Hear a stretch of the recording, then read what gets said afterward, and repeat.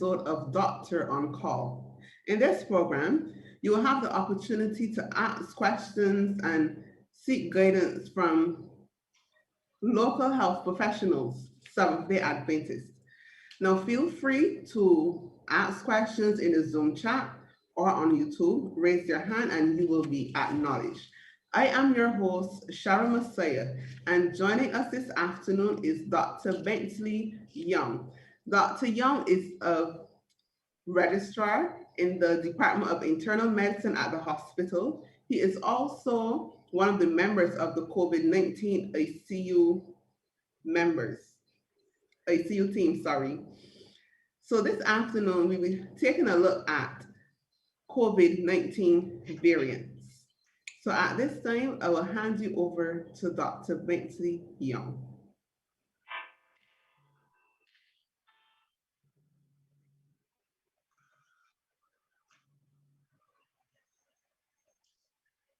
So good afternoon to everybody. And as Sister Messiah said, welcome to the inaugural webinar on this series of COVID-19, Doctor on Call program. And we are going to be touching on the topic COVID-19 variants today.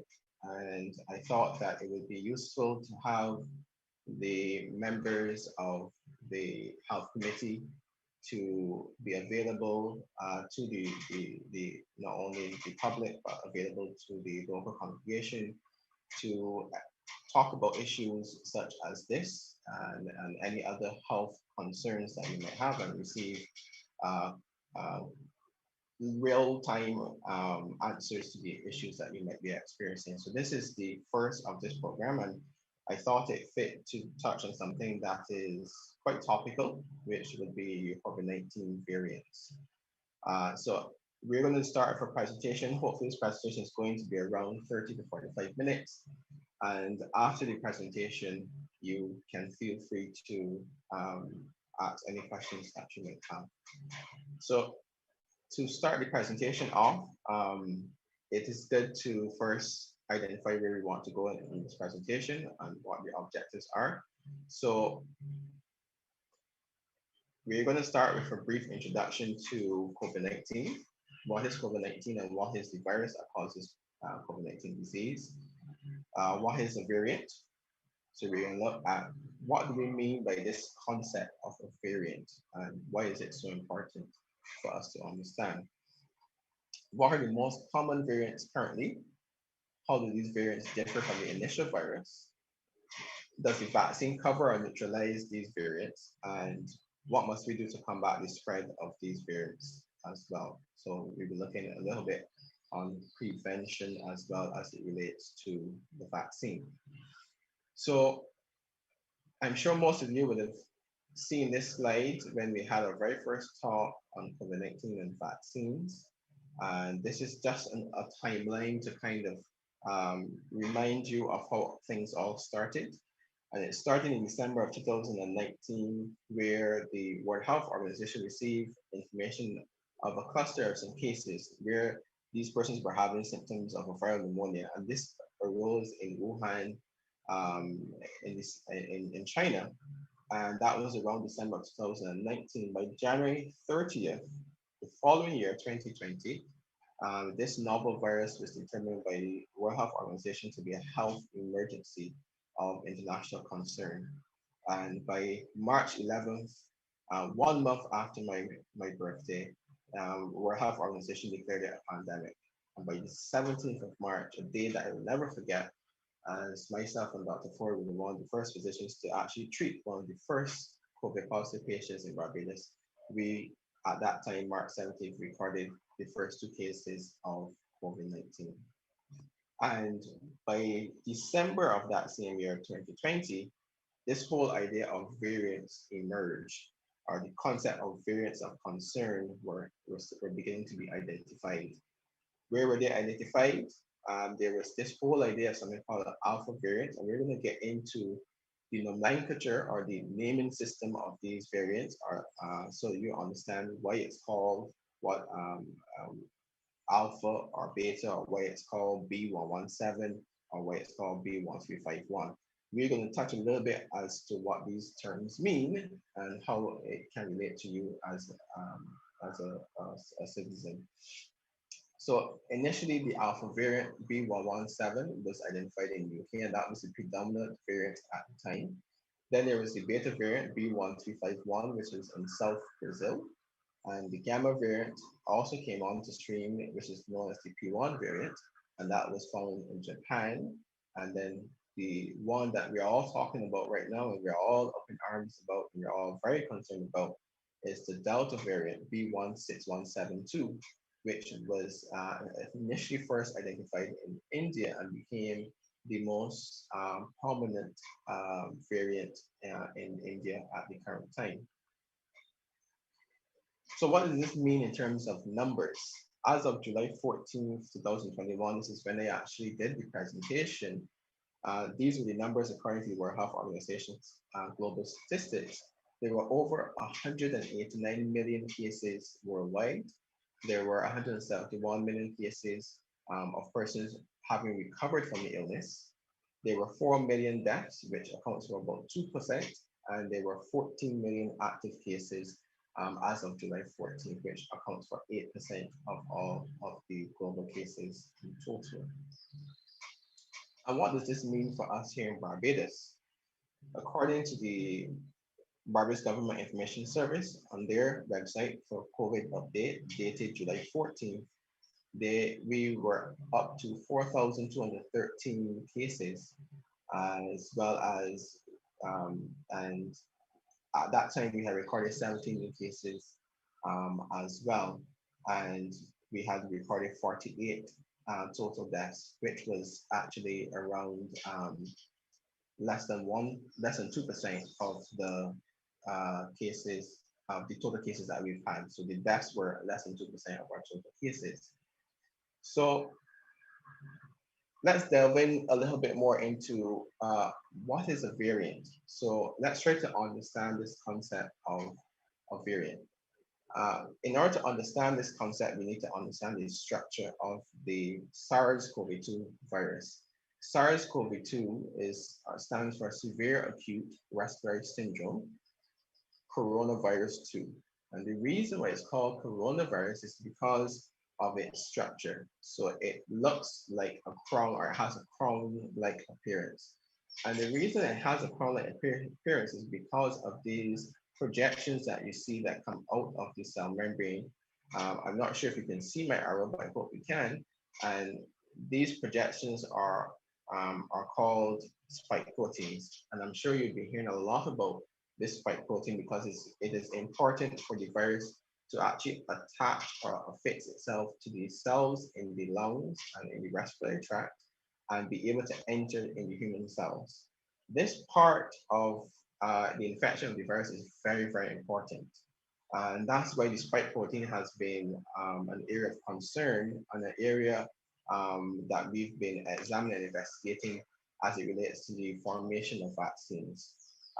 Without the spike protein function, the virus in itself cannot affix and attach onto the cells and then gain entry. And the virus itself is useless outside of the human body. What do I mean by that? It uses the human body, the cells of the human body and the machinery of the cells to produce proteins, which then lead to the formation of new virus particles, okay? So if the virus itself does not fit and attach and enter the cell and make copies of itself, it will not bring about any source of infection. So the spike protein is very important and has been the source of investigation for a lot of the vaccines that are out there. If you look closely as well, you see the lipid membrane, and on the inside you see this yellow kind of structure, and that yellow kind of structure, which is only represented yellow because of for the sake of the diagram, represents what we call ribonucleic acid or genetic information. This genetic information is kind of the blueprint of how the cell, when it enters the human cell, how it mates the proteins to make new viruses. And this RNA sequence, or this genetic information, or the blueprint, um, when it enters the cell, it is released in the cytoplasm, or the inner aspect of the cell, and it is picked up by the cell machinery and it makes proteins. This process, if you look at this diagram, is not 100% perfect. Like most things human related, it is not 100% perfect. What do I mean by that? It means that there's some errors that can occur. So as the virus itself binds to the receptors in the lungs, it enters the human cell, it releases the viral proteins, sorry, it releases the genetic information, which is the RNA, as I mentioned before. And this RNA then travels to the machinery in the cell, and it makes proteins and new virus particles, which is then released into the blood. And because as I mentioned, this process is not perfect, there can be some what we call transcription errors, which means as the cell machinery takes up the genetic information and reads it and to produce a sequence of proteins or amino acids, that process can be flawed. And when it is flawed, you get abnormal production of proteins. And these abnormal production of proteins changes the structure of the virus, the new virus that is being produced. So a variant, therefore, is a mutation in the virus's genetic sequence, that same RNA that I pointed to earlier in the diagram, leading to a change in its structure protein, and particularly that spike protein, which is very important for the virus itself to affix onto the cells in the respiratory tract and gain access to multiply and to spread about the body. So that is what we define as a variant. All right, and these viruses mutate frequently, and some more than others. So when you talk about the influenza virus, that has a higher mutation activity than SARS-CoV-2. And this helps you to understand why there are numerous boosters for the influenza virus, particularly because of the fact that the virus in itself changes frequently or mutates frequently as a result of these errors in transcription. Okay, now what is reassuring somewhat is that not all mutations that occur, not all errors that occur lead to a change in the structure of the virus. So there are thousands upon thousands of mutations that occur almost daily, but these mutations actually does not equate to a significant structural change in the virus that leads to it to bind better to the receptors in the lungs, or leads to it to induce infection more rapidly. However, when they actually do become quite significant, these variations in the structure of the protein, such as the spike protein, can be catastrophic. What do I mean by that? It means that the variants can be more transmissible, they can last longer in your respiratory tract, they can cause severe symptoms, and uh, last result or last outcome, it can actually cause death or increased mortality rate. So this concept of the variants is very important to understand. And another thing I want you to understand as well is that the more the virus is transmitted amongst humans, the more opportunity the virus has to become a variant. The more opportunity for transcription errors to occur, or errors in that whole process of making new protein or new virus particles. That process, if it so as you expose or more and more persons are exposed to the virus, the chances of it becoming a variant is higher. So this is the rationale for why we say it is important to social distance and it's important to avoid crowded areas and reduce human to human transmission. Because if we can reduce human to human transmission, not only can we reduce infection rates and mortality rates or death rates, but we can also reduce the chance that a variant can come about that might be so significant enough that it can evade treatment modalities, it can evade diagnostic tests, and it can evade vaccines as well. So we're going to look a little bit as to how we classify these variants. So when we talk about variants of interest, or so if we take a step back, so you can classify it based upon three different ways, or you can classify them in three different ways. The first one is by labeling it a variant of either interest, concern, or high consequence. And we're going to delve into what these terms mean and what you can take away from that um, as a layperson. Then there's the Tango language, which stands for phylogenetic assignment of named global outbreak. It's a long term, but it allows mainly used for research purposes and for epidemiologists. It shows you or helps you to understand the lineage of the virus and where it comes from. But this is a concept we don't necessarily need to know or understand, but we'll touch on it very, very briefly. And then the World Health Organization labels it a Greek letter to help you to understand um, which variant we're talking about, right? So you might not understand or remember that it's a variant of interest or variant of concern or variant of high consequence, but you might remember alpha variant or delta variant or beta variant, and that's absolutely fine. So when we talk about variants of interest, this is what the CDC recommends or suggests that we understand with the concept of variant of interest. So if a variant has been identified, for example, and it shows that there is change to that spike protein, it also has properties that that shows that it may have reduced neutralization by antibodies. So some of the antibody therapy that we use, it might not work that well. So if there is evidence of that, that helps it to be called variant of interest. If it is shown to have reduced efficacy to treatment, that is, the treatment modalities that we use don't work that well, and it has a potential to evade some of our diagnostic tests, so the nasal swab, the oropharyngeal swab, the rapid antigen test, etc. If it can evade some of these tests, it or has the potential to, is what we refer to as variant of interest. As well, if it has a predictive increase in the transmission or transmissibility or disease severity. These are what makes it a variant of interest. So to put things in perspective, in California, when there was a significant outbreak in California, they found a variant of interest. And to put it in perspective, it was a variant of interest because it was 20% more increased transmission. There was a reduction in some of the monoclonal antibodies that is out there to treat it. And it showed that it was the antibodies that come about as a result of either having previous infection or being vaccinated were less efficacious to this epsilon variant. Okay.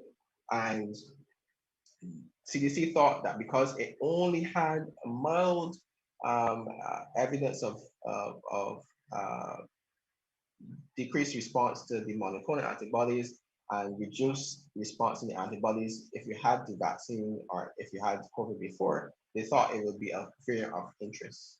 So if you can look at it as a hierarchical system, variant of interest is probably the lowest hierarchical system, or the lowest in terms of severity of the variants.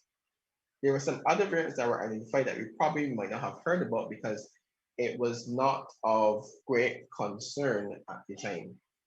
We still have some vaccines that will work against it. We still have some treatment that will work against it. Even though it's more transmissible, there may not be a correlation between increased transmission and increased severity or death as a result of the variant being transmitted from person to person. So there are some examples of some other variants. The Eta variant, which was found in UK and Nigeria in December of 2020. The Lota variant, which was found in November 2020 and thought to be one of the contributing variants to the time that New York had its significant clusters and outbreak. The Kappa variant found in India in December of 2020, and the Zeta variant, which was found in Brazil in April of 2020 as well. So these are some of the variants of interest. So they're not quite as destructive as the others are. So they're referred to as variants of interest. We have them on our radar, but we're not 100% concerned about them as yet. So then we move on to what we call variants of concern. And as the name suggests, they're concerning. And these variants of concern must have evidence that they can impact diagnostics. So the diagnosing the infection can be or may be a problem. They have the potential to affect treatment and evade or have reduced efficacy against vaccines, or reduced response to the vaccines. They must also have evidence of increased transmission and evidence of increased disease severity. So these are the bigger guns compared to the variants of interest, to put it simply. So what are some of the variants of interest that we are concerned about? So the alpha variant, and I'm sure you've heard about this. We have some cases of alpha variant here in Barbados. And this alpha variant, which is called B117, so the B suggests the lineage or the type of lineage, and every number after the prefix of the letter represents the descendants in that line. So B117 equals the seventh descendant in the B11 line. Okay, and this was found in the United Kingdom, and that was the predominant variant at that time, and it was shown to have a 50% increase transmission, as well as a potential increase in the severity of hospitalizations and case mortality rates. There is no impact on some of the treatments that we had out there for it, such as the monoclonal antibodies, but there was minimal impact on the efficacy of the vaccine, or for the vaccine to work. Or if you had COVID and you developed antibodies, it had minimal impact on the neutralization using these antibodies. So the alpha variant you hear about, and Dr. George at CMO mentioned that we have cases here, and it was the predominant variant in the UK. And to summarize, it was way more transmissible than the original strain, and it had potential to increase severity of the cases as well. Then there's the beta variant, which we call B1351, and this was found in South Africa. That too also had a 50% increased chance of transmission, and there was some impact on monoclonal antibodies as well. And there was some reduction in the neutralization effect of the antibodies that come as a result of either having a previous COVID-19 infection or being vaccinated, and body stimulating its antibodies as a result of the vaccine. And then this variant that everyone is talking about now, and reasonably so, the Delta variant.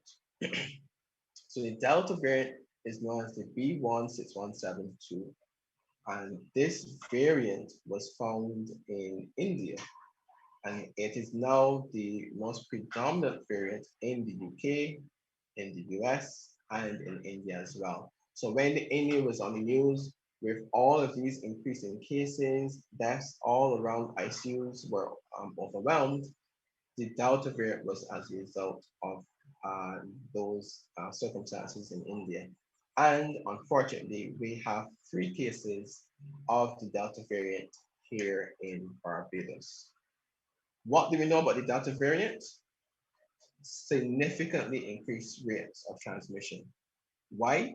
Because of what we call higher viral loads, which means there are so many virus particles that can be emitted in a cough or a sneeze or even singing or talking. I mean, what we call aerosolizing generating procedures. Anytime an act such as coughing or sneezing can cause you to eject droplets out of your mouth, or even your nose, what happens is that in those droplets, as tiny as they are, they contain several, if not millions of copies of the coronavirus because of this Delta variant. So that's why it's so easy transmitted, because with small amounts, even with very small amounts of respiratory droplets, there's a lot of the virus there in that droplet. So that's why it's highly transmissible. What is also concerning is that there is some reduction not elimination, but there is some reduction in the neutralization of the approved antibody treatments that's out there. It still works, but it is less efficacious than the effect on the original COVID-19 virus. And there's a potential reduction in neutralization to what we call convalescent, which means you produce antibodies as a result of a previous infection of COVID-19, or post-vaccine serum, which is you get the vaccine and you make antibodies to the virus itself. And just a little bit on the gamma variant, this was found in Japan and Brazil, and that too had problems with some of the therapy, and it had some issues in terms of response or reducing the efficacy of the vaccine. And then there's the top of the hierarchical system, variants of high concern. So we went from variants of interest, it's on our radar as medical professionals and as epidemiologists, and we are looking at it closely, we're monitoring it closely. Once it starts to impact our diagnostic tests, it can start to evade some of the medical treatments out there and show reduced response to the vaccines. We start to call it a variant of concern, and they went through some of those variants with you. And then if you now show that you can completely evade our testing systems, if you show that you have a significant reduction in our vaccine effectiveness, you have a significant reduction in the response to our therapeutics or the drugs that we use, and a lot of persons are becoming sick and poorly ill, then this is what we call a variant of high consequence. And God help us all if we do end up with a variant of high consequence, because it would evade our testing strategies and we have little to no treatment to deal with the rising cases that will inevitably happen and the rising numbers of deaths. So this is why, and I want to just touch on this, there is no variant of high consequence has yet been identified. And I want to stress on yet. And this is why we continue to stress about reduction in human to human transmission, because as I mentioned earlier, if you do not reduce human to human transmission, the chances or the probability of new variants coming about increases. And some of these new variants might indeed progress and survive to a variant of high consequence. And as the name suggests, the consequences are very dire.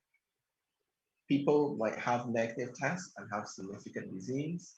People might have disease that does not respond to any of our treatments, and the vaccine might not even bring about a significant effect in prevention of symptomatic disease if a variant of high consequence was to come about. So this is why we keep saying, follow the protocols that we're telling you. There's a reason behind it, and the reason behind it is related to the fact that variants can potentially be a problem. And I shudder to think that there will come a day where we have a variant of high consequence. That will be catastrophic, not only for third world countries, but it will be catastrophic for small countries like Barbados, and catastrophic for other areas as well, particularly those who are at significant risk. So let's do our part to make sure that these variants, our variant of high consequence, never ever surfaces. So I wanted to just wrap up this presentation now telling you about the Delta variant. And this is the variant that a lot of persons are talking about. As I mentioned to you, it is now the most prominent variant in the UK, in the US, and in India. And we know that there was initially a lull in the cases because of increased numbers of increased frequency of vaccination. But once the Delta variant came on stream or was identified, we saw an increased number of the cases.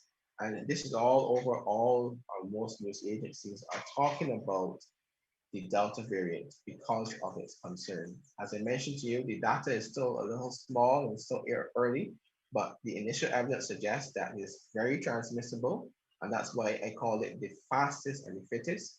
And that's why this whole talk is about COVID-19 variants, the survival of the fittest, because that's exactly what is happening. As the virus mutates, it has the propensity to evade the normal immune system and bring about significant effects. So this has been deemed the fastest and the fittest variant that there is currently. And it's 50% faster than the alpha variant. If you remember when I spoke about the alpha variant had a 50% increased transmission compared to the original strain. Now, the delta variant has a further 50% increase in transmission over the alpha variant. So imagine, compare that to the original COVID-19 virus strain. As I mentioned to you, it has a high viral load, so it survives in your respiratory tract better and longer than the other variants. And because of that, you can be able to expel copious amounts of the virus as time goes on, and as you uh, either cough or sneeze, and these droplets come into contact with someone who might be in your proximity not wearing a mask. All right. As I mentioned to you, the original strain can infect, 2 to 2.5 persons. The Delta variant is double that. It can infect 3 to 4 persons, and that is related to, as I mentioned earlier, the high viral load. And so high amounts of the virus in small amounts of droplets. The symptoms are less likely to be a cough and lack of smell. They're more likely to be headaches, fever, sore throat, runny nose, and in the young children as well, diarrhea has also been shown as a primary symptom. Okay. Um, Initial evidence is suggesting that it tends to affect younger individuals, particularly those under the age of 50 years, and that is 2.5 times that of the general population. Why it is affecting young individuals, we surmise that it might be related to the fact that young individuals do not have, well, up to lately, we've had the approval of the Pfizer vaccine for children over the age of 12. But up until that time, we didn't have vaccines for the younger persons, and the younger persons are the ones that have been shown not to be vaccinated. So this is why we therefore say that unvaccinated persons are at higher risk, because the evidence is showing it. And the CDC states that 99.2% of the cases in hospitals in the United States are those who are unvaccinated. And we've realized that most of these unvaccinated persons are younger persons, and those who are over the age of 65 and above are actually the persons who are receiving the vaccine, and they're the ones that are making up that 0.8% of those who are actually fully vaccinated that are still in hospital or being hospitalized. So the evidence is very clear, and if there's anything that you take away from the presentation, take away that line. CDC states that 99.2% of cases in hospital are unvaccinated, and only 0.8% of those who are fully vaccinated are in hospital. The 0.8% suggests or reminds you that the vaccine itself does not confer an absolute risk reduction. What do I mean by that? It is not 100% going to stop you from receiving COVID-19 infection. But what it does is that it reduces your chance, if you do have or do pick up the infection, to progress into severe disease and or dying. So while no vaccine confers 100% absolute risk reduction, most vaccines confer at least more than 50% chance of you not only catching the disease or coming down with the illness, but as well as preventing you from actually dying from the disease. And that's what we're concerned about as physicians. We are concerned that persons out there are dying from this illness. How do we prevent that? We vaccinate persons, we get them to develop an immune response so that if they are exposed to the virus, the immune response can act quickly and it can reduce your severity of disease and reduce your chance of dying. And then it brings me to the penultimate point, Persons are questioning, what about the vaccines? Are these vaccines still effective? And the answer to that is yes. In order for a vaccine to be approved by the Food and Drug Administration as an efficacious vaccine, it must be, its efficacy must be 50% or more. So when we look at the efficacy of the Pfizer vaccine, for example, and you're hearing in the media a lot of talk about whether or not there should be a booster vaccine, and we'll get to that shortly. The Pfizer vaccine is 88% effective against symptomatic disease. What does that mean? If there were 100 persons out there who actually received the Pfizer vaccine, 88% of these persons will not have symptoms if exposed to the Delta variant. And 4 of these individuals will not would be hospitalized. So it's 88% effective against symptomatic disease, which means 88 out of 100 persons will not have symptoms, 12 of them will, and it's 96% effective against hospitalization. 96 out of 100 persons will not go to the hospital as a result of the Delta variant, and only a small amount of 4 persons per 100 will actually be hospitalized. That is a significant number when you look at the bigger picture. The AstraZeneca vaccine that we have here in Barbados, it is 60% effective against the Delta variant in preventing symptomatic disease. Same analogy, if there are 100 persons, 60 of those persons would not be symptomatic if exposed to the Delta variant, and 90 is 92% effective against hospitalization, which means 92 of the 100, once they take the AstraZeneca vaccine and is fully vaccinated, and at least 2 weeks after being fully vaccinated, they will not be hospitalized if they're exposed to the Delta variant, and only a small amount, such as 8 out of those 100 persons, would actually be hospitalized as a result of the Delta variant. So our vaccine, AstraZeneca vaccine, is still quite effective against symptomatic disease as well as hospitalization for the Delta variant. The Moderna and Johnson & Johnson ones, they are both effective, but the data is still yet to be what we call peer review, are still yet to be fully scrutinized and published. And therefore, because of that Pfizer vaccine being still so efficacious as well as the AstraZeneca vaccine, there is no need, according to the CDC, for booster vaccination at this point. And I just wanted to mention to you a little bit on the Delta Plus variant. And this was also first identified in India, and it's called a Delta Plus variant because it has a little bit more than the Delta variant itself. And we're already seeing signs that the Delta variant is changing. So that is why we're, again, pleading to you to be cautious to reduce human-to-human transmission because it is already starting to show signs of change. And it's called the plus, as I mentioned, because of the additional mutation to that spike protein. And as we established before, that spike protein is important to attach to the cells, gain access to the human cells, make more virus particles, and infect the entire body. But it's too early to tell the rates of transmission or efficacy against the vaccine. So we're still monitoring this Delta Plus variant. And we're hoping that this does not become a variant of high consequence as a result of its mutation. So I know I've said a lot. I know that it's a lot of information to take in. So where do you come in? What do we do? Having understood this information, well, the first thing we can do, or the things that we can do, would be to practice good health, public health policies. And these are things that we've been shouting from the rooftop from the very beginning. Social distancing, at least 2 meters or 6 feet from an individual that is not a member of your household. Good respiratory hygiene, very important, because as I mentioned to you, the Delta variant is highly transmissible, and there are loads of viral particles in that actual droplet. So therefore, the chances of infecting someone that is near you without properly wearing a mask is significantly higher than compared to the normal strain. So good respiratory hygiene, so call for sneezing in the tissue and dispose of that, and sanitize your hands. Let's not forget the sanitizing your hand or washing your hands part after you dispose of that tissue. You also want to make sure you have clean hands. Avoid touching eyes and those with unsanitized hands. wear a properly fitted mask. And I touched on this when I spoke to the members of the Ebenezer Church today.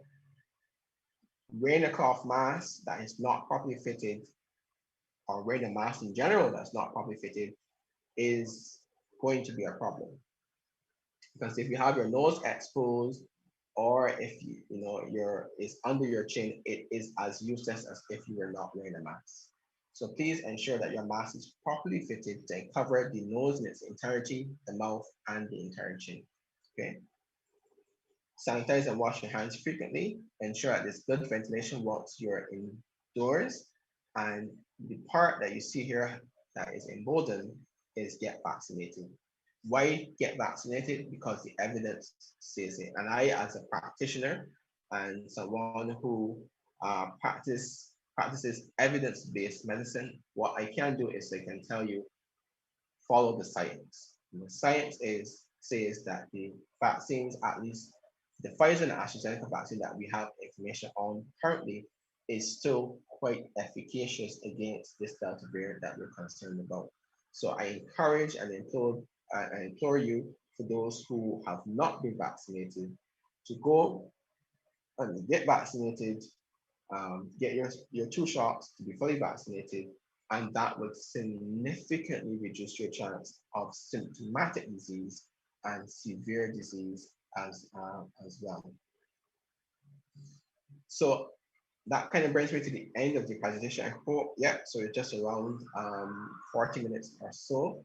And it's a talk that allows you to understand the variants, allows you to understand why we're saying what we're saying, and how we can prevent it from becoming a significant problem, especially here in Barbados. So I hope you will gain something from the presentation thus far, and that you would be able to put this into practice to reduce your chance of significant disease. I'm going to hand back over to our moderator, Sister Shara, and we'll take your questions. Okay, thank you very much, Dr. Young, for all that valuable information. You spoke at length on this topic. Now, I have quite a few questions so far. And the first one is, how effective are the vaccines with the virus mutating? Right, so going back to the Pfizer vaccine, when we talk about the Pfizer vaccine, it is 88% effective against the variants that we've identified thus far. It's 88% effective in reducing your chances of actually having symptoms and having severe disease. The Pfizer vaccine is also 96% effective in reducing hospitalizations. So if I go back to the analogy that as I mentioned before, 100 persons, you vaccinate them with the Pfizer vaccine, 88 of those persons will not get symptoms if they're exposed to Delta variant, and 96 of them will not go to the hospital. So if you do that, if you look at that way, you see that it's a very small percentage of these persons, if they are vaccinated, that will actually have symptoms or go to the hospital. As it relates to our vaccine that we have here in Barbados, AstraZeneca, as I mentioned before, too, as well, it has a 60% efficacy of reducing you, stopping you from or preventing you from having symptoms or severe disease, and it has a 92% efficacy to stop you from going to hospital. And that same analogy of 100 persons apply as well.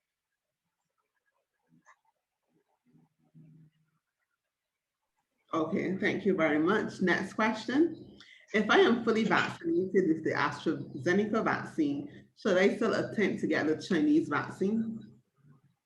So the information is not quite, the data is not quite out there about mixing vaccines. The only data that is out there is the AstraZeneca and the Pfizer vaccine, if they were to be given, if persons were to get the AstraZeneca vaccine and then go on to later to get the Pfizer vaccine. So we don't have much information to say whether or not the mixing of vaccines, whether it's AstraZeneca and the Sinopharm or Sinovac vaccine, which comes from China, there's little to no evidence out there to suggest that is efficacious, or combining 2 of them is efficacious. What we do know is that the AstraZeneca vaccine is pretty much around 66 or so percent after the first dose and up to 85% after the second dose.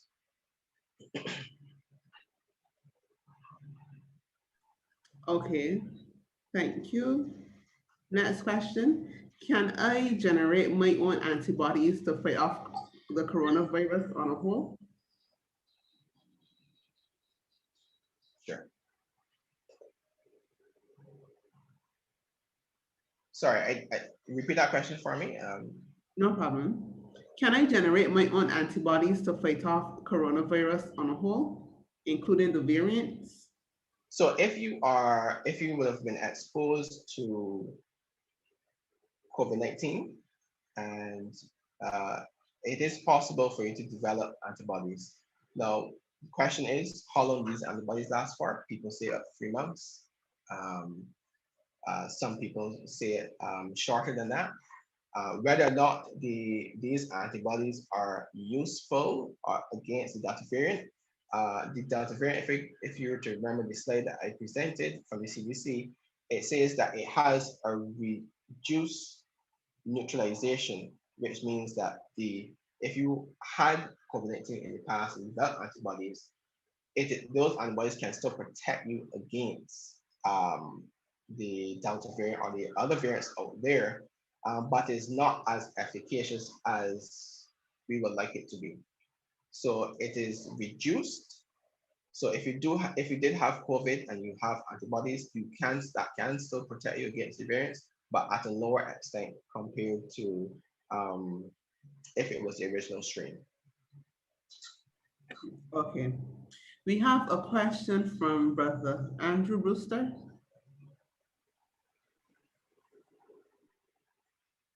I am not so sure I heard you talk about the Sputnik vaccine.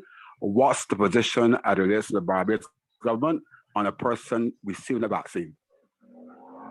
So I can't speak on the position of the Barbados government. Unfortunately, I am not involved with the Ministry of Health and these decision-making processes. What I can tell you is I can tell you about the information on the Sputnik vaccine. It's developed in Russia. It uses what we call a replication incompetent vector, which means quite similar to the AstraZeneca vaccine. It uses a vector. So what is a vector? A vector is something that transport the viral particles of concern, which is the spike protein. So it doesn't cause disease in you. It just carries or transport viral particles that allows the body to make antibodies to them, right? So it has a similar technology or similar framework to the AstraZeneca vaccine. It is given as a 2-dose vaccine. So you get one vaccine on day 0, what we call day 0. So when you get the vaccine, that's what we refer to day 0. And then you get a second shot 21 days, or even sometimes up to 3 months after the first shot. And the data shows that it is 92% effective in reducing symptomatic disease. So quite efficacious. 2-dose regimen similar to the AstraZeneca vaccine. Symptom adverse effects, usually just pain at the injection site, fever, some headaches, myalgia, etc. So it is a reasonably okay and pretty efficacious vaccine. Whether or not it's available in Barbados, it really depends upon the Ministry of Health and whether or not they will have it available to us. Shara, can I follow up? Go ahead, Andrew. Right. So what happens therefore if a person, for example, is in a country which is administering the Sputnik vaccine, but a person receives the first vaccine of Sputnik, but then comes to Barbados before receiving the second dose of Sputnik? Can a person therefore receive the Sputnik first dose and AstraZeneca second dose? Good question. I can't answer you with any measure of certainty because, again, whether or not that is beneficial or detrimental to the person, there's very little evidence to suggest that having one dose of one vaccine and another dose of another equates to any sort of protection at all. So unfortunately, Andrew, I can't answer that with any certainty because I don't have any evidence to back it. And I don't want to speculate. I want to go with what the evidence is. So we don't know yet as to whether or not it is useful to get one vaccine or one dose of one vaccine and get the other. So I can't give you a concrete answer on that, unfortunately.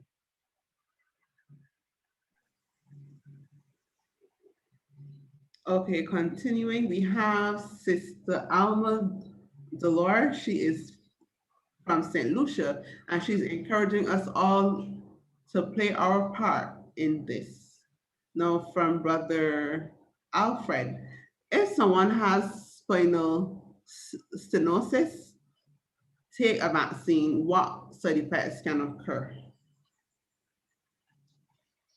So it all depends on, spinal stenosis is a very vague diagnosis, to be honest. It all depends on where it is.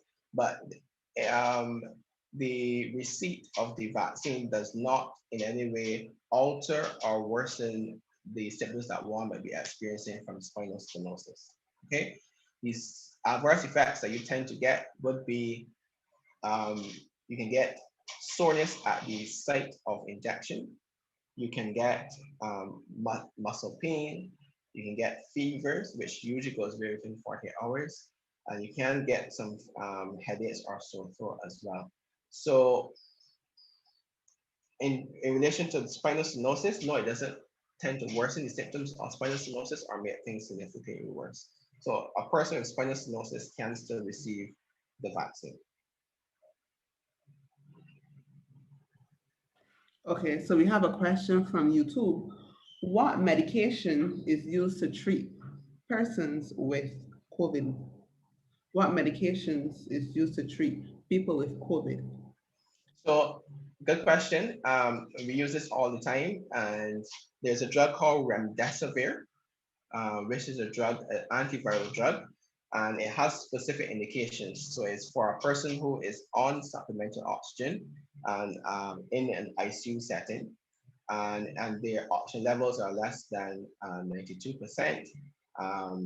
And they are either receiving oxygen via face mask and nasal prongs, or receiving it from the ventilator. Anyone who has what we deem as severe COVID, they will benefit from something called remdesivir. It's also been shown that dexamethasone, which is a steroid, is also useful along with remdesivir for the treatment of COVID-19 as well. And we have started to look at, in fact, there were studies that look at what we call tocilizumab. Tocilizumab is a monoclonal antibody, and you've seen that a lot in my presentation, monoclonal antibodies, which is a type of drug that affects some of the chemical substances that is released once the virus is in our body. So once the virus is in our body and our immune system reacts, it reacts with some chemical substances. One of those chemical substances is called interleukin-6.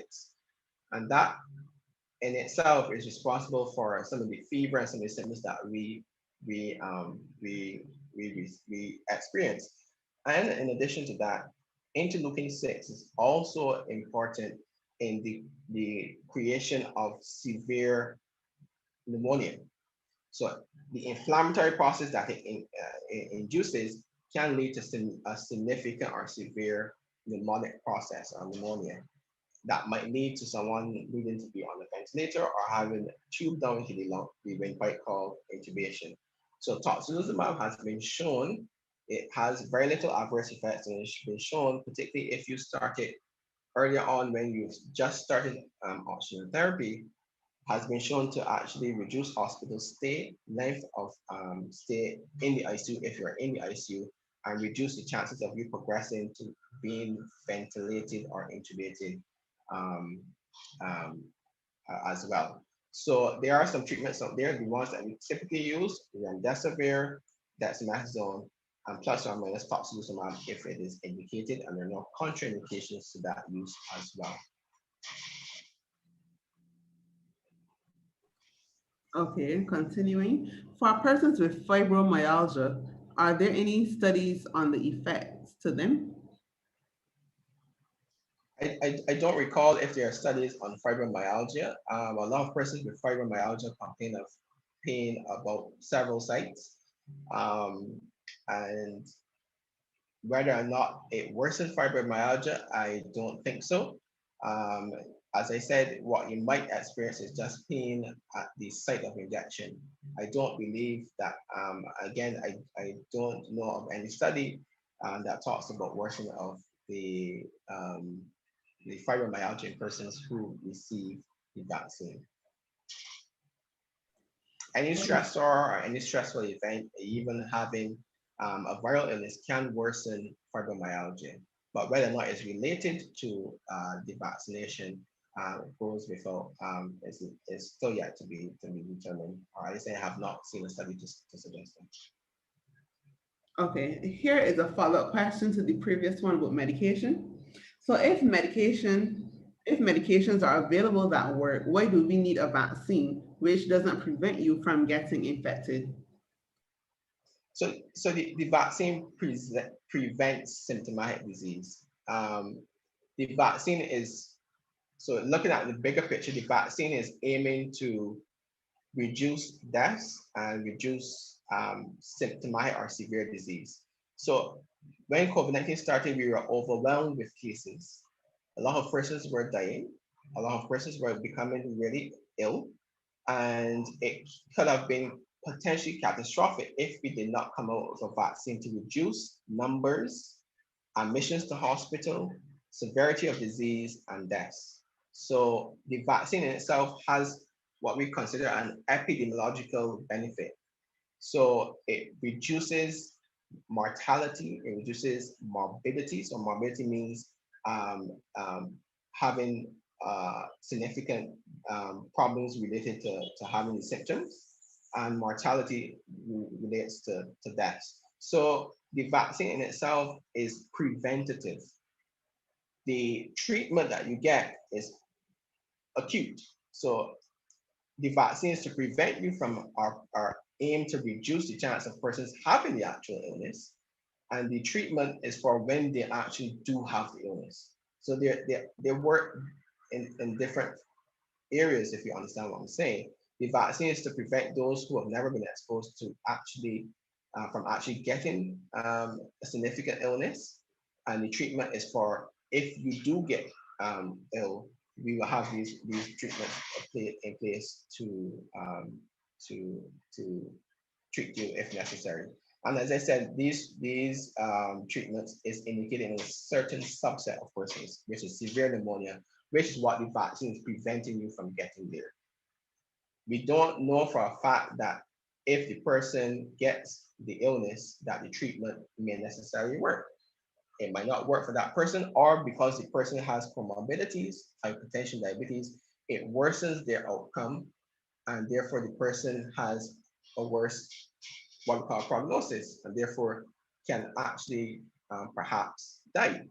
So having treatment does not equate to the fact that we can prevent deaths, but having a vaccine can actually aim to prevent having the disease and prevent deaths as well. So one is prevention and one is treating the actual illness if it does occur. So they work at two different spectrums, at two different mechanisms.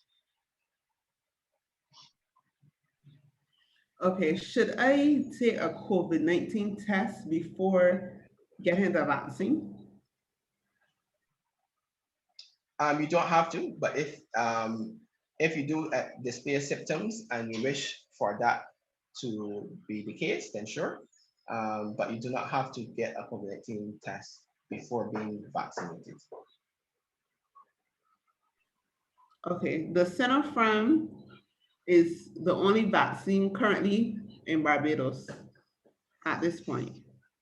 Should persons be hesitant to take it? So let me give you a little bit of information on the Sinopharm vaccine. So it's a good question because I figure that persons will want to figure out or know what is in the Sinopharm vaccine. So the Sinopharm vaccine is a little different to the AstraZeneca vaccine. The AstraZeneca vaccine uses what we call a vector. So it uses an inactivated virus to transport proteins, the spike protein to the cells in the body, and we develop immune response. The Sinopharm vaccine is different. The Sinopharm vaccine is actually an inactivated um, form of the COVID-19 virus.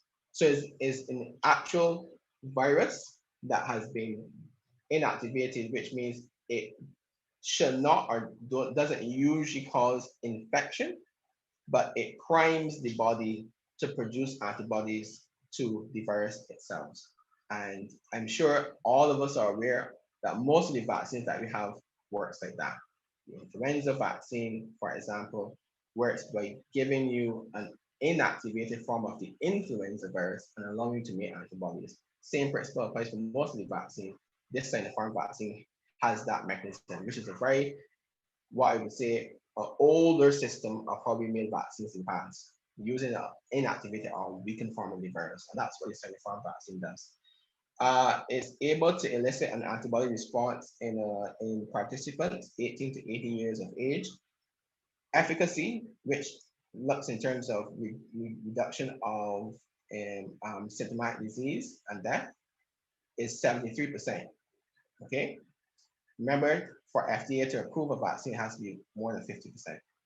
This vaccine is 73%, which means out of 100 persons, 70 who take the vaccine, 73 of those will be protected against severe disease and potential hospitalization. Again, adverse effects similar: injection pain at the site, headaches, and fatigue. All right, and these occurred in similar groups with those who took a higher dose of the vaccine or a lower dose of the vaccine. The adverse effects were the same. So the Sinopharm vaccine is 73% efficacious. How does that compare to the AstraZeneca? AstraZeneca, I believe, is around 85% after the second dose. But both of them are efficacious and useful.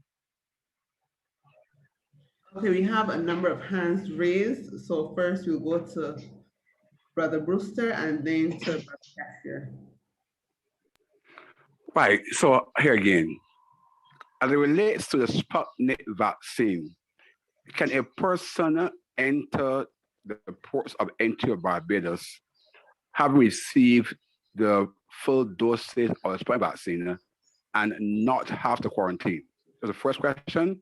And the other one is, at the same time, if a person has a mixed dosage of vaccines, Sputnik, for example, another one, will such a person still have a quarantine when entering Barbados?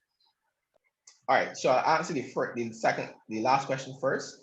And the answer is yes, it's down to quarantine because it is not, again, as I mentioned before, it is not supported by science. If it's not supported by science, we cannot back it. So the only mixture of vaccines that we have some sort of evidence to suggest is AstraZeneca and Pfizer. So if you're out of that realm for now, you're going to have to quarantine.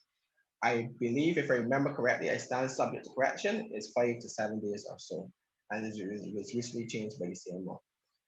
Whether or not coming in with a fully vaccinated, if you're fully vaccinated with the Sputnik vaccine, unfortunately, I can't speak on that because I'm not someone who makes these policies. That is really and truly at the level of the Ministry of Health, and I can't with some certainty say that if you come with a Sputnik vaccine, that you will not have to quarantine. Last thing I heard or I was made to understand is that if you're fully vaccinated, your quarantine time is significantly reduced. Good evening. As it pertains to the oh Lord, I just had the word there. In terms of the evidence that you have COVID, now we have nausea, diarrhea, headaches, what is the case will be. How is it just if it comes out of the blues and if it lasts long, or is it just spontaneous? Trying to explain it properly. How do you know that your symptoms is related to COVID-19 and not something else? And if it's, I don't know, does it stay a lengthy period of time, or does it just come on and it just disappears? How? Yeah, so good question, because most of the viral illnesses produces similar symptoms. nausea, vomiting, fatigue, muscle pain, sore throat, headaches, fever. All of these are not symptoms that are particularly unique to COVID-19. Most viral illnesses can produce it. But because we live in an era of COVID-19 infection, Mhm.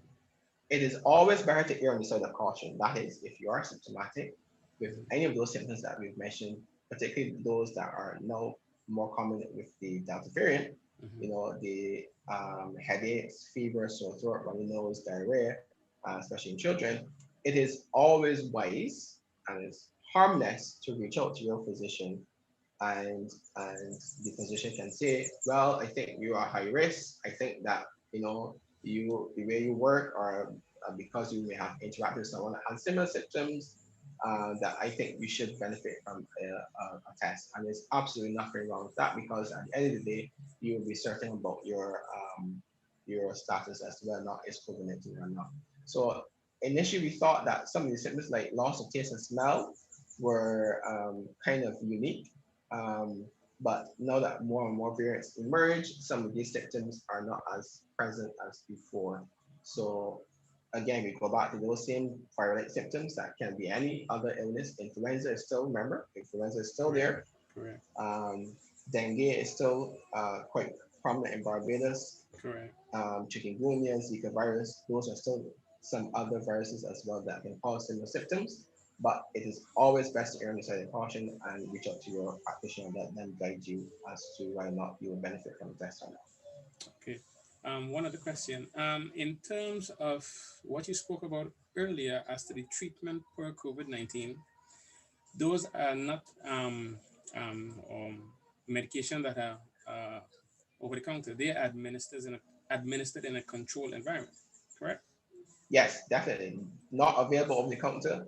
Um, these are only used in specific settings in the ICU when you have a severe pneumonia and your oxygen levels are below a certain level, and you have evidence of a COVID-19 pneumonia.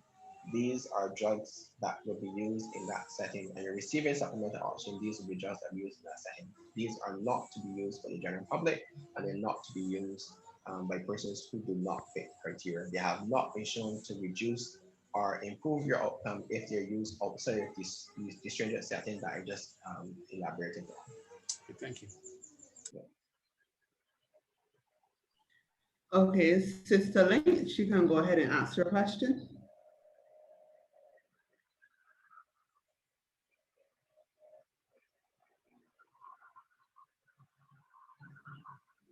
Sister Sister Lynch, Lynch. you might have to unmute your mic.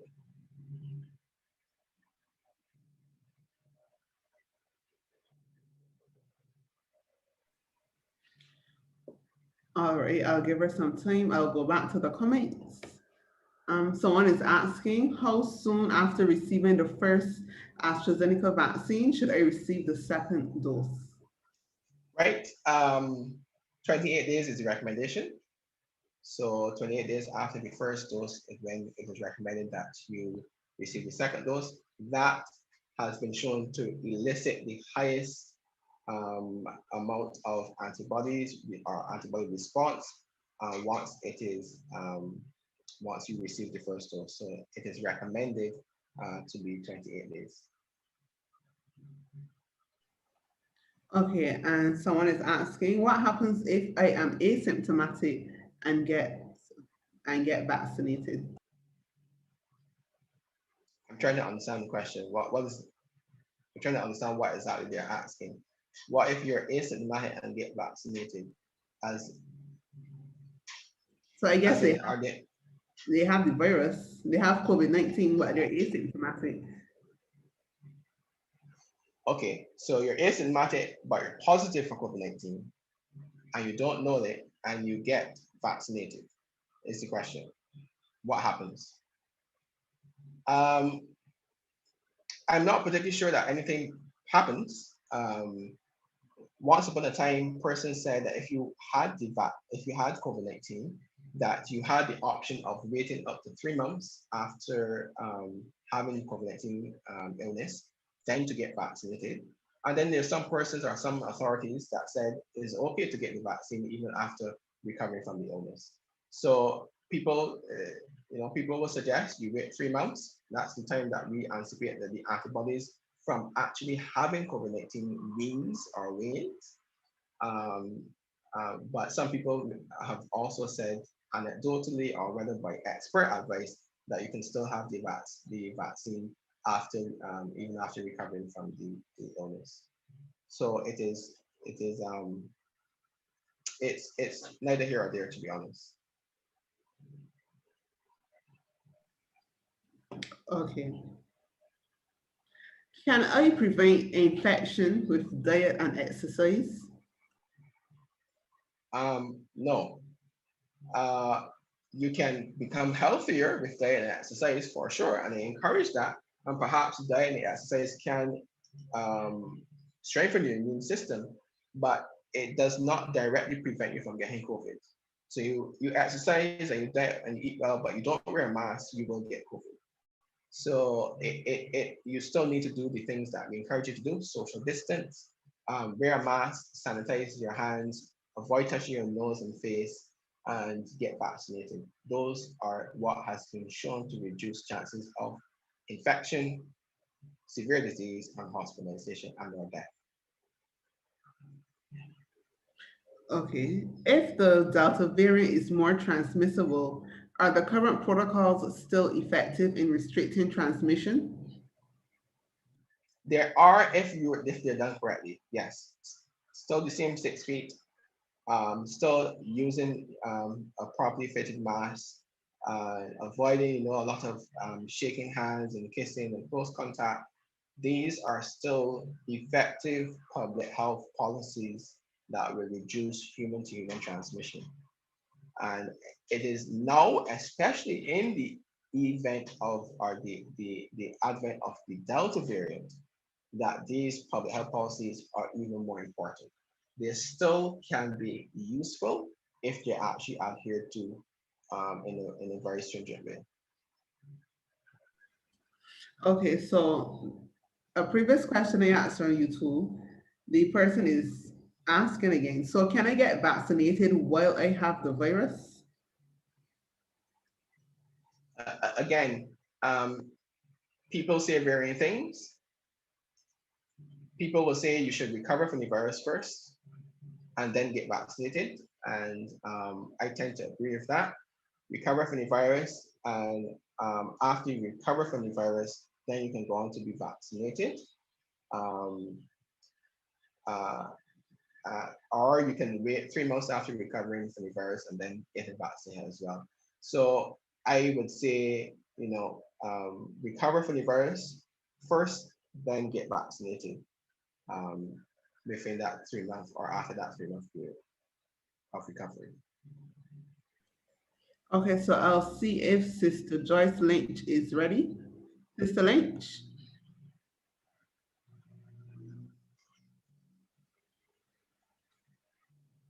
Just have to unmute your mic, Sister Lynch. Okay, until then, are there any fully vaccinated persons who are still contracting COVID? And if so, what have contributed to that? Sorry, repeat that question again. I was distracted by another question that seemed quite interesting that was posted in chat. Tell me that, sorry. Yeah, are there any fully vaccinated persons who are still contracting COVID? And what would have contributed to that?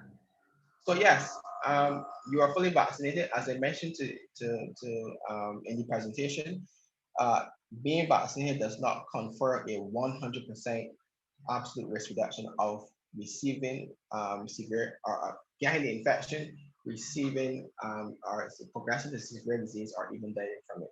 Okay, I do not know of any vaccine that does that 100% prevents against you actually having the illness. The only vaccine that I know about is the Pfizer vaccine for the children. That has been shown to have 100% efficacy in reduction of infections. Other than that, the vaccines in adults does not confer 100% risk. So there's still a risk that you can be fully vaccinated and have and actually end up with the disease. But the risk of you ending up with disease and progressing to severe disease or dying is significantly lower if you were compared to if you were unvaccinated. So I want to that point to be clear. Being vaccinated does not confer a 100% absolute risk reduction.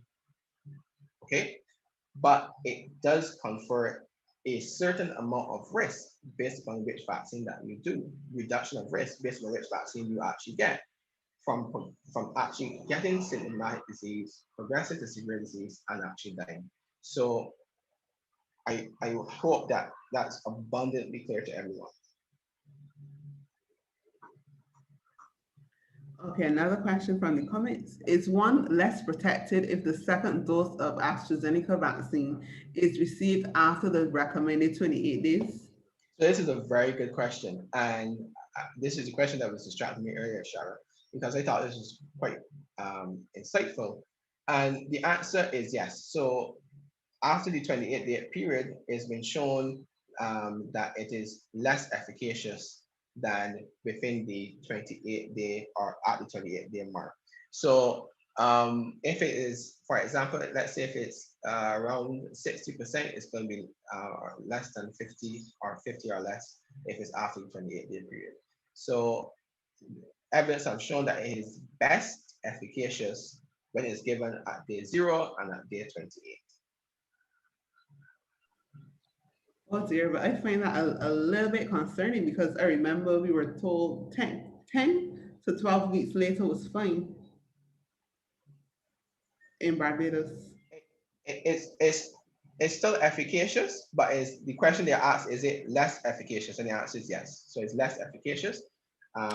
The what the studies have shown is that at that 28-day mark is when the person had their peak of the antibody response. But after that 28-day period, it slowly declines. So to answer directly the question, is it less protected? And the unfortunate answer is yes. So I'm wondering if a third vaccine is possible. Perhaps, but that will have to be investigated because we can't just assume that because it wanes that we should get a booster. We gotta actually look at the evidence to suggest whether or not the booster will be useful. Okay, I would like to invite Brother Brewster again. Right. So my question relates to the protocols as recommended by the government of Barbados and reinforced by the US afternoon. Is there I mean, well, we have to interact at church and what's not, wear masks, of course. Is there a minimum time that I can be in a person's presence and not have a high risk of contracting COVID? While wearing masks and interacting, is there a minimum time that I should be in a person's presence? Let's say we don't talk like 6 feet apart. We don't talk close than that. Can I talk to you? Can I talk to Alfred for a minimum time period without having increased or significant risk of being infected?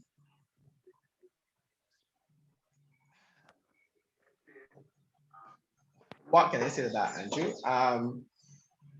You can enter into that less than 6 feet or 3 feet domain, and something the person might sneeze or cough or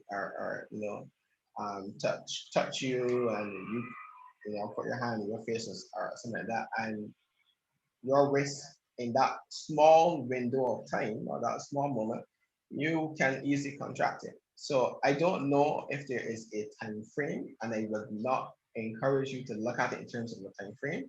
So I don't want to encourage you to go against the protocols and say, well, let me look at my clock. It's not 2 minutes yet. I can stay here for 2 minutes, because within that 2 minute time frame, anything can happen. And it just, as I mentioned to you, the Delta variant is very transmissible because it's high viral load, and in that small moment, they cough or sneeze, and they're not wearing the mask properly.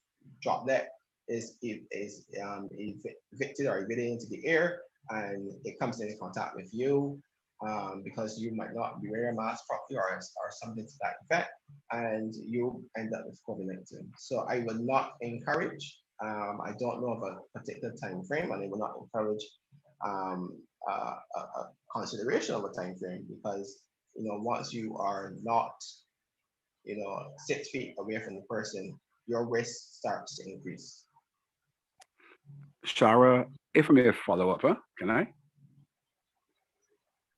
Go ahead. Right.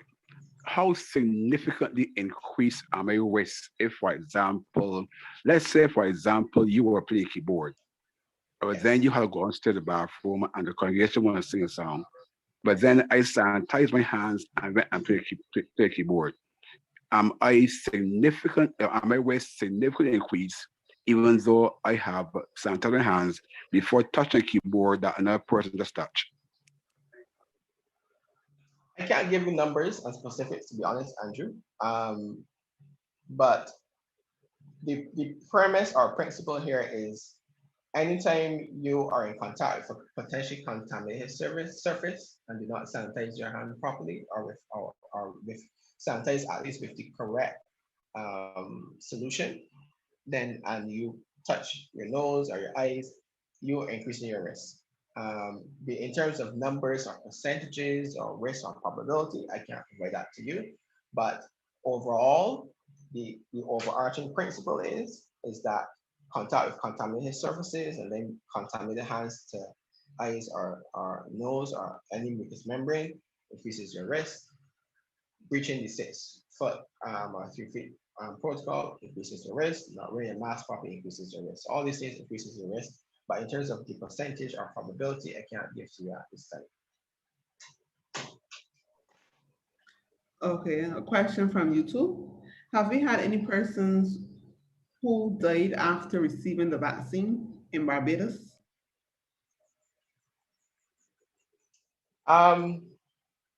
Interesting question. Um,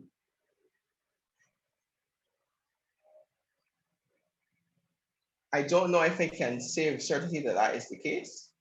Um, I would have to look at the vaccination and unvaccination statistics of those who will die to be able to provide you with that information. However, I want to say that it is still very much possible because of the fact that there's no 100% guarantee of risk reduction. So that is still a possibility, even though it's very small and minute, it is still a possibility. But I can't provide you with those statistics as to whether or not a person who may have died was vaccinated or not.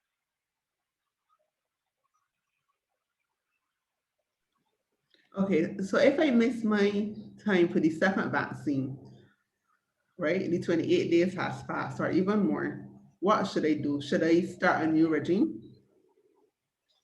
And that's also a good question. If I do remember correctly, it all depends on the type of vaccine that you are administered. And I do believe that they suggest that you use it within that time frame where it's still found to be efficacious. So as we mentioned before, up to 12 weeks for the AstraZeneca vaccine for the second dose, but the best time frame is day 0 and day 28. But if you're still within that 12-week time frame, then it is still found to be efficacious, but not as efficacious as if it was administered before.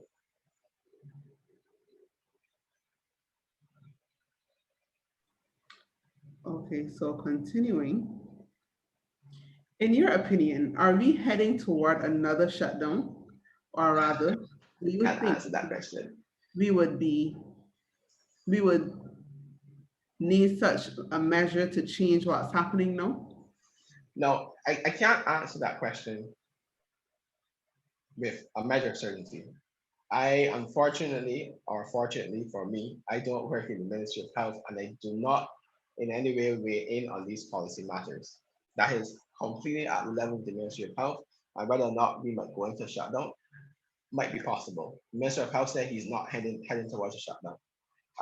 So I am going to echo the words of the Minister of Health and say we're not heading towards a shutdown. If there's a possibility, most things are. I'm sure that the last time we went into a lockdown, persons in the government or administration probably weren't expecting that we were headed to that, but things got worse and we eventually did. So there's always a possibility that a shutdown might be possible. But I want you to understand the reason why these things or these measures occur. As I mentioned to you, if we reduce human transmission, not only are we reducing infection rates and mortality, but we're also reducing the chance of the virus from mutating. And if it continues to spread to person to person and it mutates, it can produce a variant of high concern. So reducing movement and human transmission is important, and that's why the curfew was implemented, so that the movement amongst persons can reduce human transmission and therefore reduce chances of these things occurring. Whether or not we might have to progress to a full lockdown will be based upon the positivity rates, and those will be determined at the level of the Minister of Health and his officials. Unfortunately, based on how you look at it, I am not one of them, so I can't give you the certainty as to whether or not these things will happen. Okay, so the questions are coming less and less now. So I guess we're coming to a close. In your opinion, are we doing all that we can to prevent variants from coming into this country? We are trying to do what we can, but what we implement is based upon or is as good as the compliancy to these protocols. So there is testing, and we are sending samples. Our Ministry of Health is sending samples of some of the COVID-19 swabs to CARFA, and they are testing to find out the variants. And we are trying to put policies in place where you quarantine, you have a repeat test, and the other protocols that I mentioned in the presentation as well that will reduce the chances of the spread of the variants. Once we can reduce transmission, because it's already here, the Delta variant is already here, the Alpha variant is already here, and I think we have Gamma variant as well. So our plan, therefore, must be to reduce the reduction of the spread of these variants. And that is where these public policies come into play about, in essence, the curfew and other restrictive measures to reduce human transmission. Okay, we have another question from Elder Brewster. Yes, sir. So in your post-presentation comments, you seem to suggest that a Sputnik vaccine has the highest percentage efficacy. Is there any reason that you know of why the Barbados government is reluctant to bring in that one, since it has the highest percentage efficacy? I don't know. I think the vaccines that we have received now were donated. So the vaccines from the AstraZeneca vaccines were donated from the government of India, I believe, and some of the vaccines, other vaccines, the Sinopharm vaccine was also donated. So I'm not certain what is the rationale or the hesitancy about the Sputnik vaccine, but you're right in terms of numbers, efficacy. Sputnik vaccine is 92%. AstraZeneca is around 84% after the second dose. And the Pfizer and Moderna vaccine we know is the highest, 95, 96% for those two vaccines. So I can't speak. I wish, Andrew, I wish you could give me the answer, but most of the questions you've been asking are policy questions, which you directed to someone who is more in the Ministry of Health in terms of making these policies for Barbados. So I honestly cannot give you answers of great certainty because I am not someone who is in that position to make those decisions or give that advice.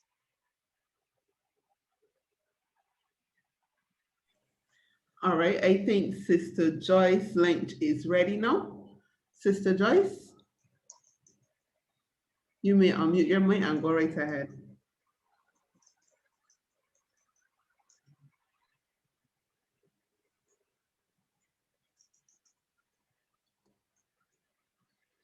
All right, yeah, still not hearing her. All right, you have a question from Victor Maynard. I understand that there were some persons who got blood clots after receiving the vaccine. Is this true? Is this true? What is the cause and how serious is it? Yes, so very good question, Victor. Yes, persons have been there have been cases of blood clots after the administration of the first dose of the AstraZeneca vaccine. Um, and these cases are few and far between. So, to answer your first question, yes, it is true. Yes, there have been cases of clots being identified, but when you look at the percentage, so in everything or in every treatment modality, there's always a risk. You go to the doctor and the doctor prescribes the medication, even something as simple as paracetamol, it carries with it a risk. And the doctor will explain to you side effects and possible things that can happen. Now, should we stop using paracetamol? The answer is no. Why should we not? Why should we continue to use paracetamol? Because the benefits of using it outweigh the risk. And that is something, a principle that we practice in medicine. Does the benefits of using this treatment modality outweigh the risk? And the answer to that is yes. The vaccine in itself has, when you look at the percentage of cases, it is exceptionally small. It's a significant less than 1%. What does that mean? Let's put it in perspective. If you take, for example, if there's a young female who is taking the oral contraceptive pill, that oral contraceptive pill carries a higher risk of clot formation than the vaccine. And this is a tablet that persons or females will take on a daily basis, either to regulate their menstrual cycles or to prevent pregnancy. Well, let's talk about COVID-19 in itself. COVID-19 in itself also carries a risk of clot formation. And I hope that that is clear to everyone as well. COVID-19, because of its inflammatory response it causes in the body, increases your chances of clots in the brain, so strokes, clots in the lungs. So it increases your chances of thrombotic, what we call thrombotic events as well. So, and that chance or that percentage of clotting disorders as a result of COVID-19 is higher than the vaccine itself. So therefore, the point that must be made here is the vaccine, though there are some few cases of clot formation, it is significantly less than oral contraceptive pills or even COVID in itself. And therefore, because the benefits significantly outweigh the risk, therefore it is beneficial and suggested to continue to be used. The reason why it occurs is because there are some antibodies that form against the platelets. Platelets are the small bony fragments in the blood that helps with clotting, and these antibodies that are formed cause the platelets to clump and cause a clot to be formed. Again, the risk of this occurring in the persons who take the vaccine is significantly less than taking the oral contraceptive pill and significantly less than COVID-19 in itself. Therefore, the vaccine is still deemed safe and possible or likely to be used because of the benefits outweighing the risk. So good question, yes, it occurs, but benefits outweigh the risk. Okay, so I got the question from Sister Joyce, and she's asking, should a person who is asymptomatic receive the vaccine? You won't know if you're asymptomatic, you won't know you have COVID unless you do a test. So being asymptomatic does not stop you from receiving the vaccine. As I mentioned, however, if you do have a test for whatever reason and you are positive, we suggest that you recover from the infection first and then be vaccinated. But if you're asymptomatic, like most of us are, and you're on certain risk status, you can go ahead and be vaccinated.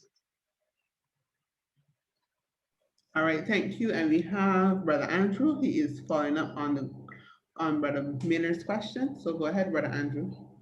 So, Dr. Young, studies in Canada seem to suggest that the AstraZeneca vaccine had higher rates for certain age groups. Is that true, or are all age groups at same risk when taking the AstraZeneca vaccine? I think it was 60 years. So I think it was in the older age group. I speak subject to correction, but I do believe it was in the older age group, Andrew, that has had a higher risk. Um, I just wanted to pull up that information because you are right. It is in the higher age groups. Just let me confirm that for you.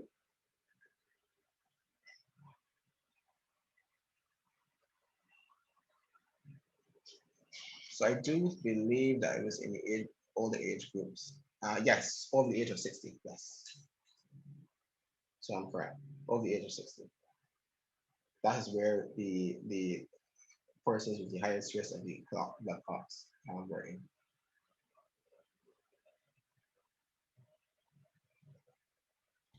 All right, I believe we are all out of questions. No, we have one more here, sorry. Is it true that whether I take the vaccine or not, I am still susceptible to catching COVID? Does Sorry, to take go back, just to go back, is under the age of 60. I made errors. Under the age of 60 that it was seen. So younger females under the age of 60. So just bear that correction in mind. Sorry, the question? Yeah, is it true that whether I take the vaccine or not, I am still susceptible to catching COVID?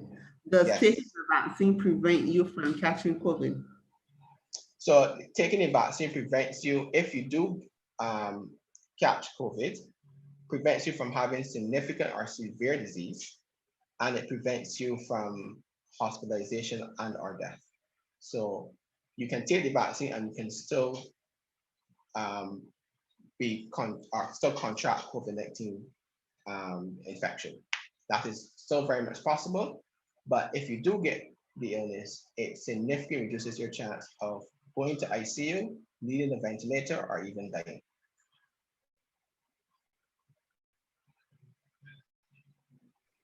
Okay, we have another question from YouTube. For the benefit of our members, where do we have an area where an individual may be put in isolation? Well, that's a question. Do we have an area where our members can be put in isolation? Seventh-day Adventist members only is what the question is alluding to. Well, the person said for the benefit of our members, so I believe so. No. In Barbados, we have our isolation facility, and we also have some isolation, what we call isolation satellite sites, which are some hotels that have been put through rigorous training to ensure that it reaches the standard of a safe isolation center. So I do not know of any place that is specific only to Adventist that will allow Adventist members to isolate, unique to us being Adventists. I don't know of any place. We have isolation centers, Harrison Point facility, where I do work at on occasions, and the isolation satellite sites, such as various hotels that have been given the designation as an isolation hotel. All right, and I guess this person probably joined us late. They're asking, how long should you wait to receive the second dose from the first dose? AstraZeneca, 28 days. All right. I understand that Canada is getting ready to give a third vaccine, and we are looking to go. Sorry, are we looking to go along the same path? Third vaccine for what? The booster for the Pfizer is what you're referring to? Yes, a booster. So if they are going ahead with the Pfizer booster, that is currently not recommended by any of the health regulatory bodies, CDC or WHO. So I don't anticipate that we would go along those lines because there's no evidence to suggest that we need that booster shot right now.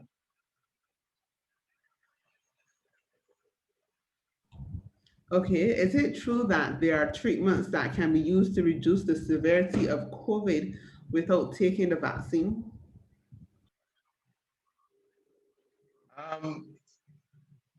I don't.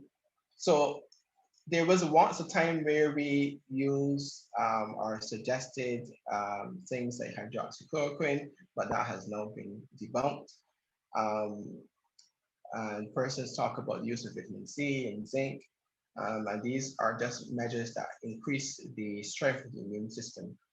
But whether or not it prevents illness has not been shown to prevent the illness. It has been shown, however, to increase or boost your immune system to fight off any infection or virus or bacteria that you might encounter. But there's no preventative medication out there other than the preventive policies that are practices that we're to do, but no preventive medications. Initially, we thought that, as I mentioned, some of the other drugs out there were useful, but those have been somewhat debunked.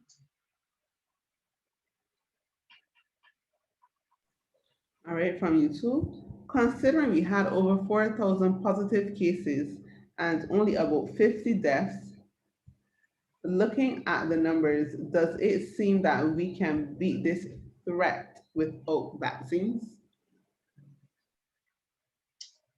The numbers of deaths is low now because we vaccinated 27 to 30% of our population.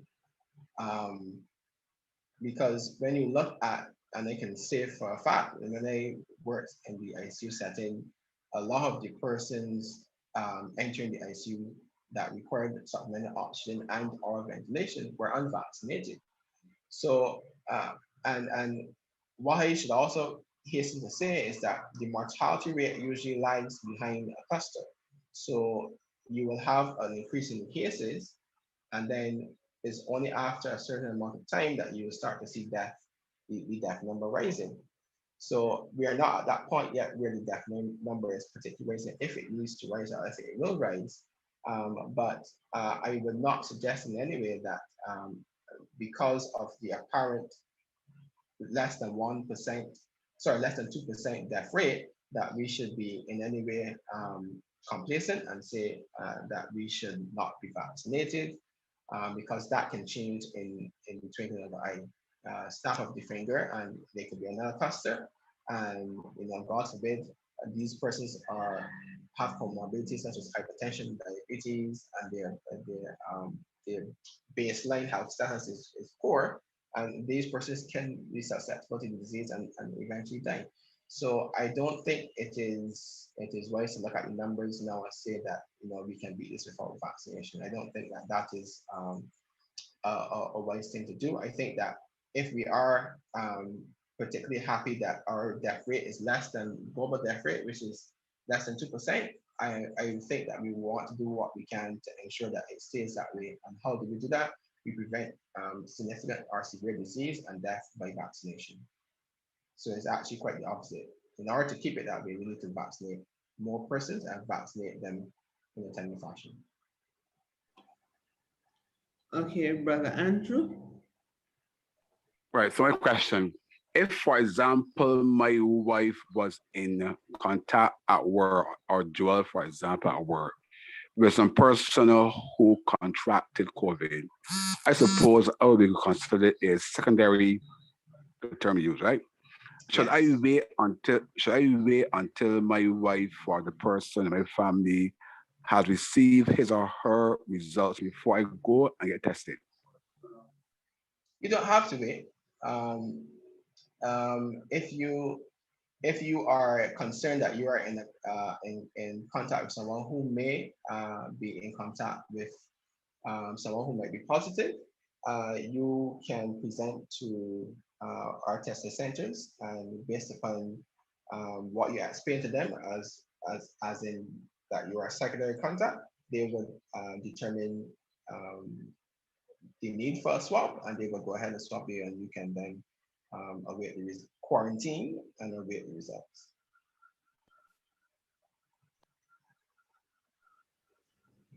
Okay.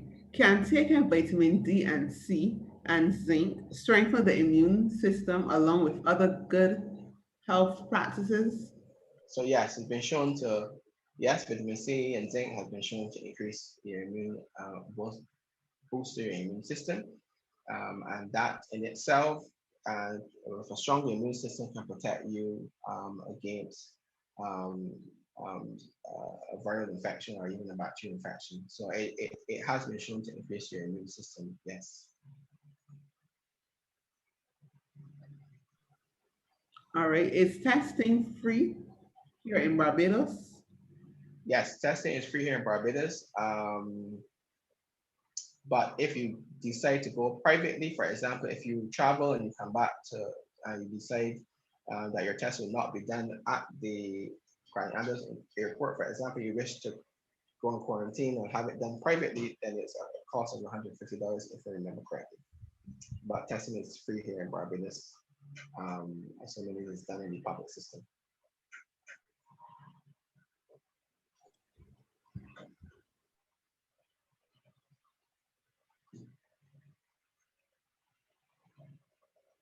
Okay.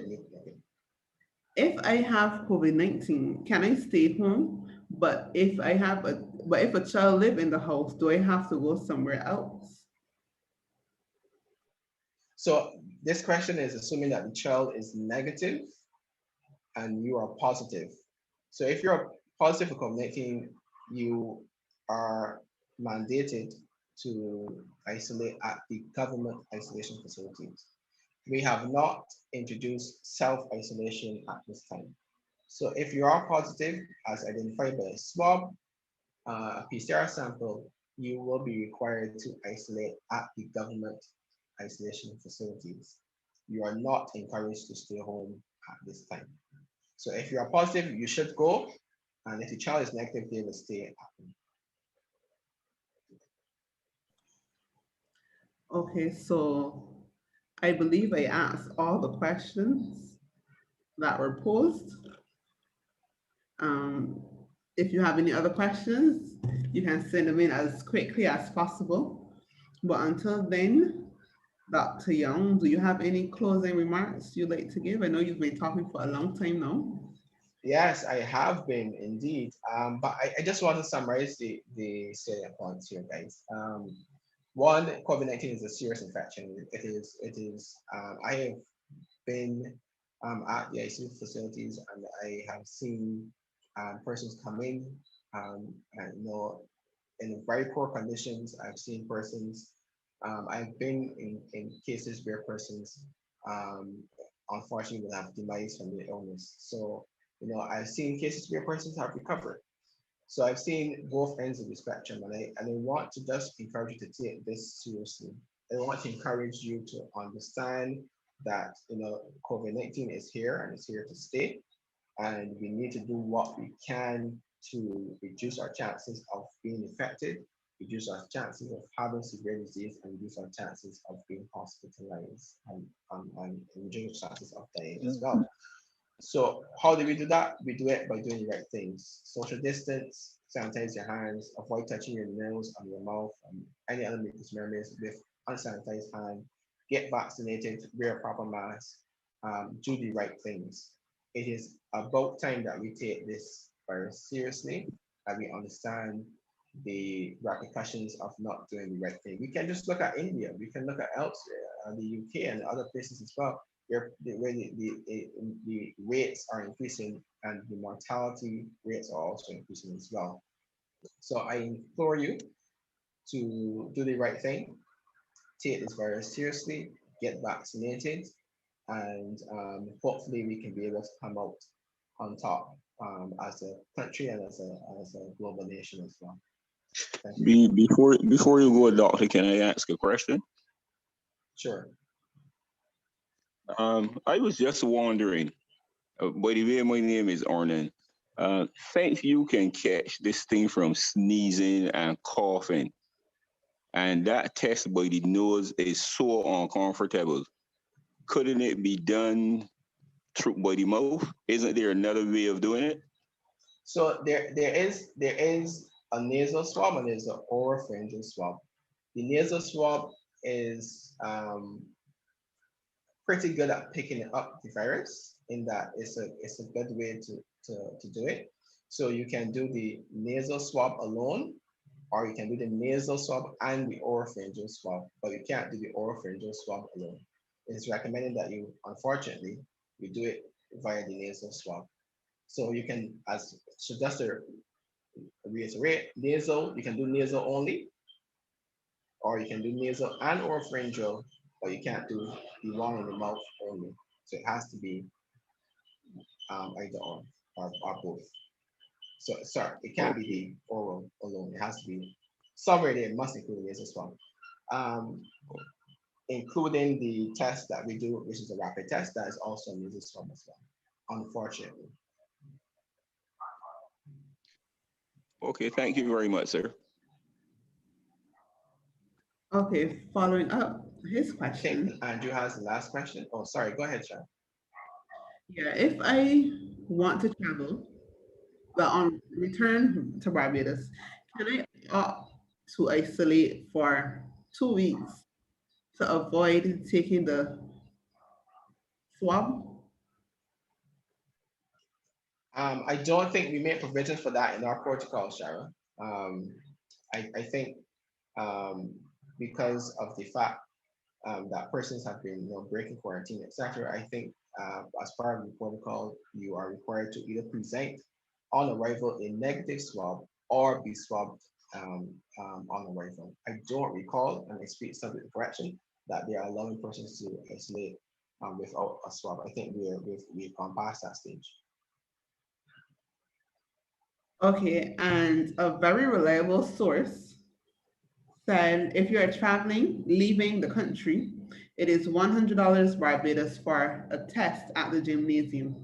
And this can be found in the travel protocols.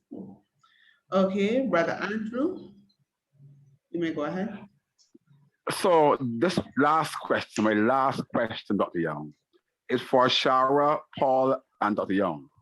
With all of these stringent measures in place, what hope is there for young ladies and young gentlemen to find a partner, a spouse, a husband, a wife, when social distancing is so important?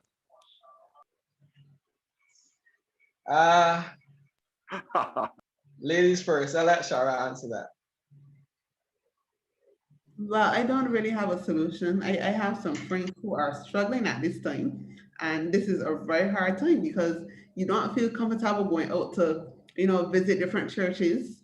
You're not really going out to meet persons. So either we have a social where we speak to one another behind the screen, and there you can't even get to know a person so well. So I don't know. We may have to resort to dating apps, but it's very difficult. I am I'd not. rather be safe.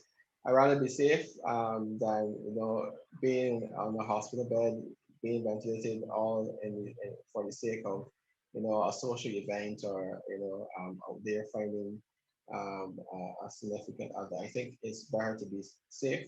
So keep your life, and then once things get better, you can be able to adjust or loose or reduce some of the restrictions. Then you can seek to go back to your social life. But what we're going to have to do now is to adjust to our new normal. And the new normal is a lot of our social activities that we once enjoyed either has to be done in a different forum or a different format, or it has to be abandoned altogether. This is the reality that we live in, and we just have to adjust and adapt.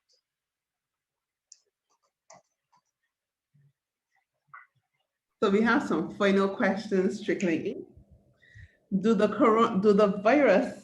these various measures not parallel the rolling out of the mark of the beast? I don't quite understand that question. I think we addressed that with Pastor Peters when we talk about the vaccine and the mark of the beast, and we vehemently said that it is definitely not the mark of the beast when if you were to receive the vaccine, and any of the other measures that we put in place are just safe public health policies and not anything to do with the mark of the beast. disease. Okay, and probably the last comment. A reliable source informs me, yes, you can. If you opt not to take the swab at the airport, you will need to spend 14 days in quarantine. And the person said you can call the COVID hotline for more information, 536-4500. Okay, So I great. want to, So I stand corrected on those two matters. That is really and truly out of my scope, because I'm more so related to the pathophysiology and treatment of disease rather than the policies that the Ministry of Health put in place for travel restrictions and testing. So I stand corrected on those two matters. okay, so we have another question. Why isn't there more emphasis on healthy eating as opposed to being vaccinated?